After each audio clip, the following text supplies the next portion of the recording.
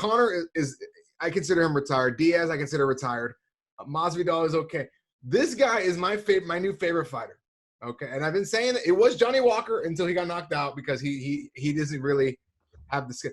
This man, Khamzat Chimaev. This guy, beard with like Khabib. That's everyone thinks he's Khabib, but he's from Sweden, and he's like Chechnyan, and he's longer than Khabib, so he's able to do all the super grabs. Like Khabib has really short limbs, so he really has to jam himself and use energy. This guy just goes whoop and takes it. This dude has everybody scared of his grappling, right? He's like, I'm going to smash everybody. He says he's going to take Gerald's black belt.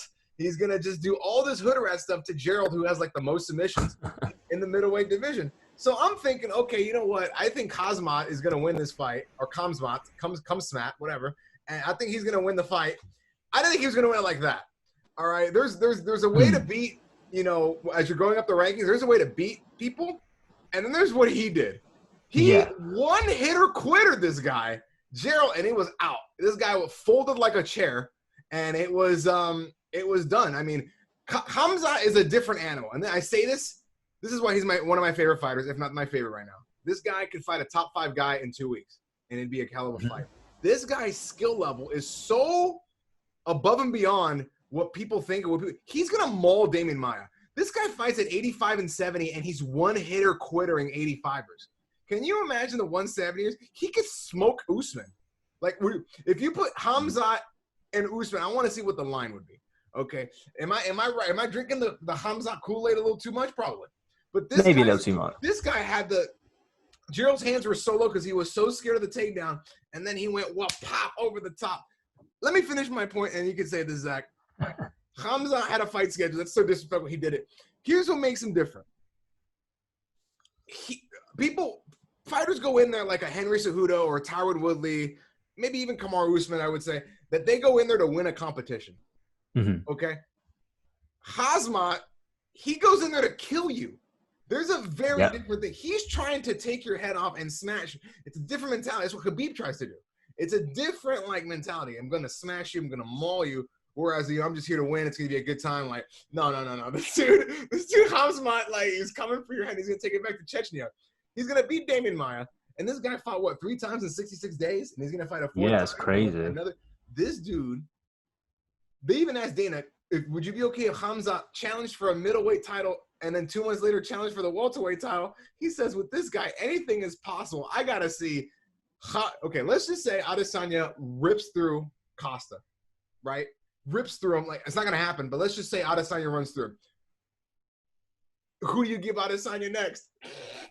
You've got to wait for the other fights to play out. You got to give the man Khamzat. Nobody's talking about Yoel Romero. Nobody's talking about Bobby Knuckles.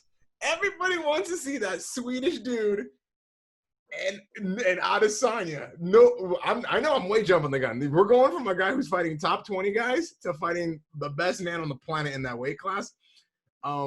But I kind of want to see it. I kind of want to see if he beats Damian Maia, then this is all going to be like, oh, shit, he just ran through Damian Maia. But would you take Colby over Khamzat right now?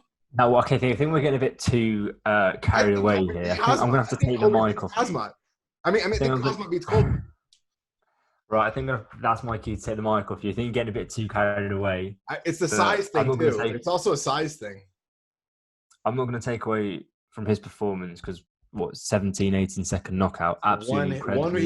He's batting 100%. So he said that he was watching a bit of Mike Tyson before the fight, getting really inspired, being in Las Vegas. Tyson's had a lot of fights there, and he wanted to put on a show. He wanted to get the knockout, so it's not just the wrestling. He's got really good boxing as well, and we've seen that from some training videos. He's in a great training camp.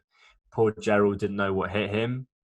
I agree he beats Maia as well, but I love Khamzat. I'm such a fan of him, of what he's doing, fighting so much. I think UFC have got to manage him correctly. I don't think they should throw him straight into the deep end, whether he can handle that or not. But I still believe he has to work his way up and earn that shot. Look what happened with Johnny Walker in the light heavyweight division. He got 3-4 impressive wins, and then he faces a guy in the top 10, and he gets knocked down. I'm not saying that's going to happen to Khamzat because it's not going to happen to Khamzat. Let me just tell you that right now. It's a different style, but you never know that it could be a bit more exposed. Like we're seeing with Zabit, even though Zabit's still a beast, he's becoming, he's less and less more like effective in when he's fighting better and better opposition, getting less finishes and all that. So I think UFC, and Dana knows Dana's a clever guy. He's going to take his time with him, I'm sure. As long as he keeps fighting, climbing up the rank, because the welterweight division is the most stacked in the card. People are forgetting there's so much drama going on right now, but people are forgetting you still got the likes of Wonderboy, Smash Leon UK, Edwards. Cute.